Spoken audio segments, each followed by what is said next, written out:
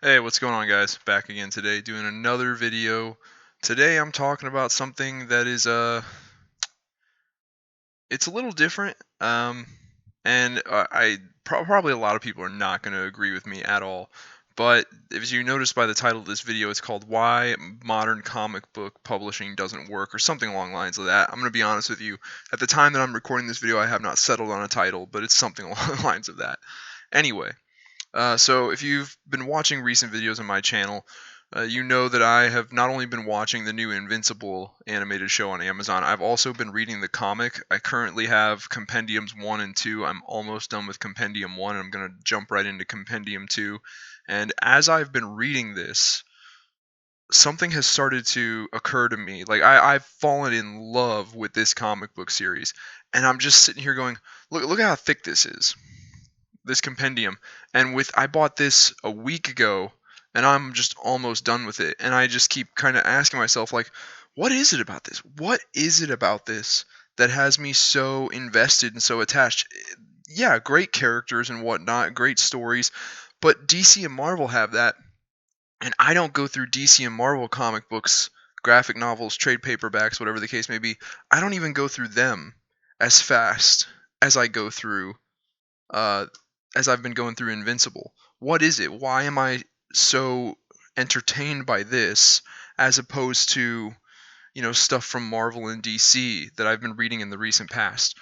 And I thought about it, and I've come up with my answer. And my answer is this. This comic book series is called Invincible. It's about it. This is the main character, Invincible, but he's not the only character in it. There is, this universe has its own version of the Justice League. There's other superhero characters. There's non-superhero characters. There's government agency characters. There's normal human characters. He has normal human friends from his normal human life before he became a superhero. They play a role in this. So there's plenty of other characters in this. But guess what? They don't all have their own fucking comic book line that I have to also read on top of this one just to know what the fuck is going on here. If that's what it is. That's why it's so easy for me to just dive into and stick with. It's because somewhere in my brain and my subconscious I know all I got to do is read this. All I got to do is read this. If I just read this, I'll know everything I need to know about Invincible. I don't need to read 18 different characters comic book series, 100 different characters comic book series, plus all the team books. I don't need to do that. I just need to read Invincible. And that is very nice and very refreshing, and you don't see that a lot. Now, don't get me wrong, I know they've done some spin-off lines from Invincible, but it doesn't change the fact that at its core, if you just read Invincible, you'll be good to go. That's a fact, you will. Just to kind of compare it with a couple things, we've got I from my comic book store, I got I pre-ordered and had him pull aside in my pull box all of the DC Future State titles. All of them. Absolutely all of them. These are the ones I've read. These are the ones I have not read. And this is 2 months worth of content right here. But why is it so hard for me to follow this as opposed to Invincible? Well, it's because this is not all just a single collected story. This is Superman Batman. Uh, this is about the new Batman that takes over from Bruce Wayne. What else we got here? This is about Bruce Wayne and what he's up to when he's not Batman anymore. And what else we got going on here? Like I said, this is the stuff I've actually gotten through. Here's Catwoman, and here's Harley fucking Quinn, and here's what Robin was doing. It's just so much shit that you have to keep up with and follow in order to know what's truly going on with Future State, which is the big DC initiative event thing that they put out. And is it true that I could probably skip some of these and not really miss anything important? Yes, that's 100% true, but you don't know. You don't know. You have no idea if there's going to be something super relevant in the Catwoman book. I don't particularly want to read the Catwoman book. I could give a fuck. I don't know. I couldn't give a fuck. I honestly could not give a shit about Catwoman. I'm sorry if she's one of your favorite characters. I don't give a shit. I do not give a shit about Catwoman. But I'm still just over here like I gotta read it because I don't know. What if there's some key part of Future State that they just so happen to throw into the fucking Catwoman book? You just don't know. So you're compelled to feel like you have to read everything. And that is what sucks about modern comics these days. And it's based on greed. That's all it is. Like Marvel and DC, they're both guilty of it. DC realized like, oh, Batman is just super fucking popular, so if we can pump out like 4 or 5 different Batman books a month, more profits for us. But fuck, man, do I need to read them all?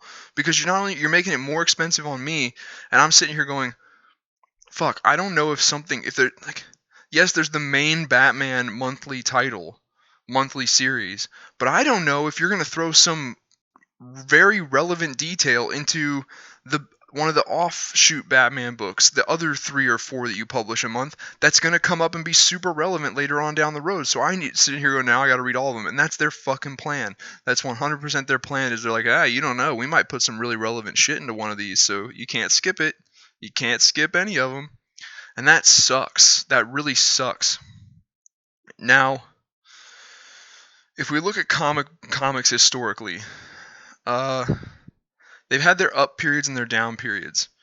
And right before superheroes and comic book stuff became really popular in film and TV, they were in a down period.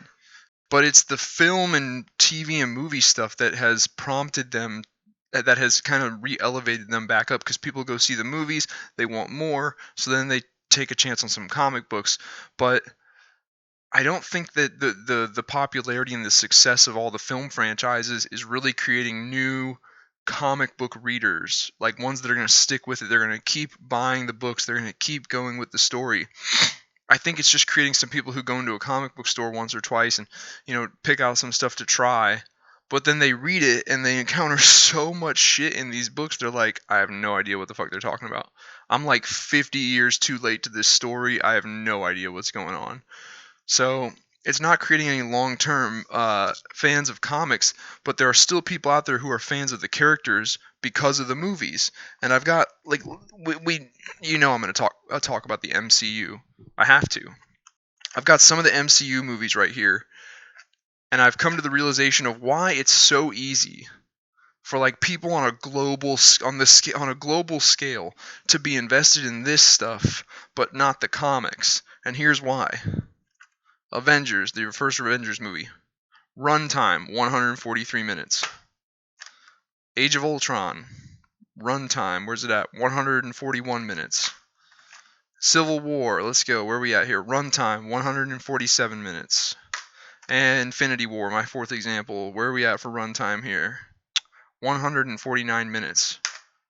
It's a matter of hours. It's little installments here and there for a couple hours. That's it.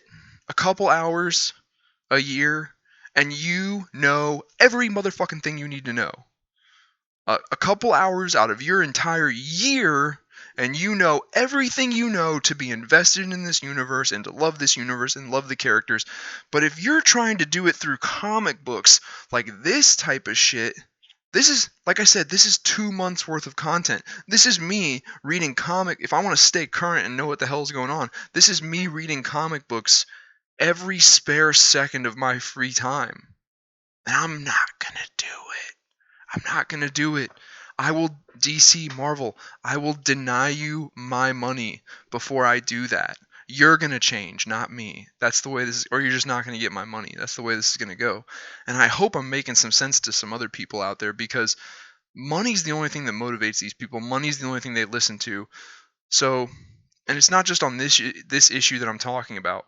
If you agree with, or let me put it this way, if you disagree with anything anyone's doing to make money, you stop giving them money. Like, if you don't like the way that they're doing the DC films, which a lot of people do, they actually hate that, stop giving them fucking money. You stop giving them money, they'll change. But anyway, that's just an overall umbrella point on that. DC, while we're talking about DC, they actually started a comic book initiative a couple of years ago trying to address almost exactly what I'm talking about here. It was called the Earth One line of graphic novels. It was supposed to be like once a year, maybe twice a year, we would get a new graphic novel out that took place in this Earth One universe. And yeah, rather than a monthly or bi-weekly comic book series that you have to pay for and keep up with, and not even just one, a plethora of monthly or bi-weekly comic book series that you have to pay for and keep up with, just one or two graphic novels a year. So it's kind of like that Marvel Cinematic Universe thing, it's little installments, one or two a year. Each one takes up a couple hours of your time. It's much more manageable, and this is great. I actually love the Earth One universe and stories. I have a video review of just this on my channel, so I'm not going to go much into it beyond just to say that I really like them. But the only drawback to this is they've done Batman Earth One, Superman Earth One, Teen Titans Earth One, Wonder Woman Earth One, Green Lantern Earth One. The only thing they haven't done is tie any of it together with like a Justice League Earth One or any of that. And I think they're really reluctant to do it because they're kind of like, yeah, see, because then it starts turning into that whole big universe thing where you got to pay attention to everything. Yeah, that's true. I mean, like, you're not wrong, but it's still in a much more manageable scale. If we're only getting one or two, look at how thick this book is. If we're only getting one or two of these a year, that's super manageable. How much were they? $25.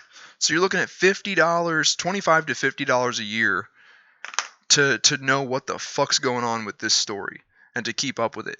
That's super manageable. That's not hard to do, you know? Another good example from DC, once again, is their animated movie universe. Movies such as Justice League War, Justice League Throne of Atlantis, Justice League versus Teen Titans, all the movies in this film series that also take place and share in a collected universe. These start prior to them ending back in like the beginning, maybe middle of 2020 with Justice League Dark Apocalypse War. This movie franchise and movie universe was starting to get up there in popularity and starting to get noticed because, like, once again, it's a much more manageable entertainment. It's a much more manageable story. It's these little installments a couple times a year, and each one only takes up a couple hours of your time. But if you just watch them all, then you know everything you need to know. You know everything you need to know, and you're completely with it, and you're with the story. It's not like going into a comic book store and being like, all right, time to pick up my 50,000 comic books for this month because that's how many I have to pay for and read to know what the fuck is going on in DC or Marvel Comics. It's just a much more manageable way of distributing your story to your fans. And that is where I think Invincible, which is also a slightly different approach. It's like the MCU and let's keep it with comics now. So you got this approach, which is it's not all just one series. It's not called like DC Universe Earth One, and it's just one series. There's this one's about Green Lantern, and this one's about Teen Titans, and these are about Superman, and these are about Batman. But you're only getting one or two of them a year, and they're not that big, they're not that long. Or if you're gonna do the monthly comic book series or the bi-weekly comic book series, you do it like Invincible does it, or did it. Invincible's done now, but you do it the way Invincible did it, where it's coming out once a month or twice a month, but all you gotta do is read this one book. You just gotta if you just read Invincible from issue 1 to issue whatever the fuck it ends up being, I think it's like 144. If you just read that, just Invincible, then you know everything you need to know, and you're caught up with the story. You're with it. You're good to go. You know what's going on. So that's my little rant on how comic books are being like published and distributed these days, and why I a long time ago stopped. Other than this future state shit here, why a long time ago I stopped purchasing and reading and trying to keep up with the single issue comic book. I don't do that anymore. It's too expensive, and I don't. There's so many of them that I would need to read that I don't even. I just don't I don't have enough time to devote to it. I love DC, I love Marvel. The comics are just not the most efficient way of getting this story out, at least not the way they've been doing it. You know, smaller installments or less actual series you have to keep up with and read. One of the two, but you know, this whole thing where it's like we have 5 Batman titles that come out in a single month, and you better be reading them all because you never know where we're going to throw some super relevant information in there that's going to be really important down the road. So you better read them all. Get the fuck out of here with that. I'm not doing that, and I hope no one else is either. Because guys, like I said, like all we got to do is deny them we just got to deny them our money, and they'll stop doing it. They'll change. If they realize, oh shit, we're not making money, time to change some shit. Like that's the way the world works, commerce, you know? The universal language of the world is not competition or conflict. It's commerce.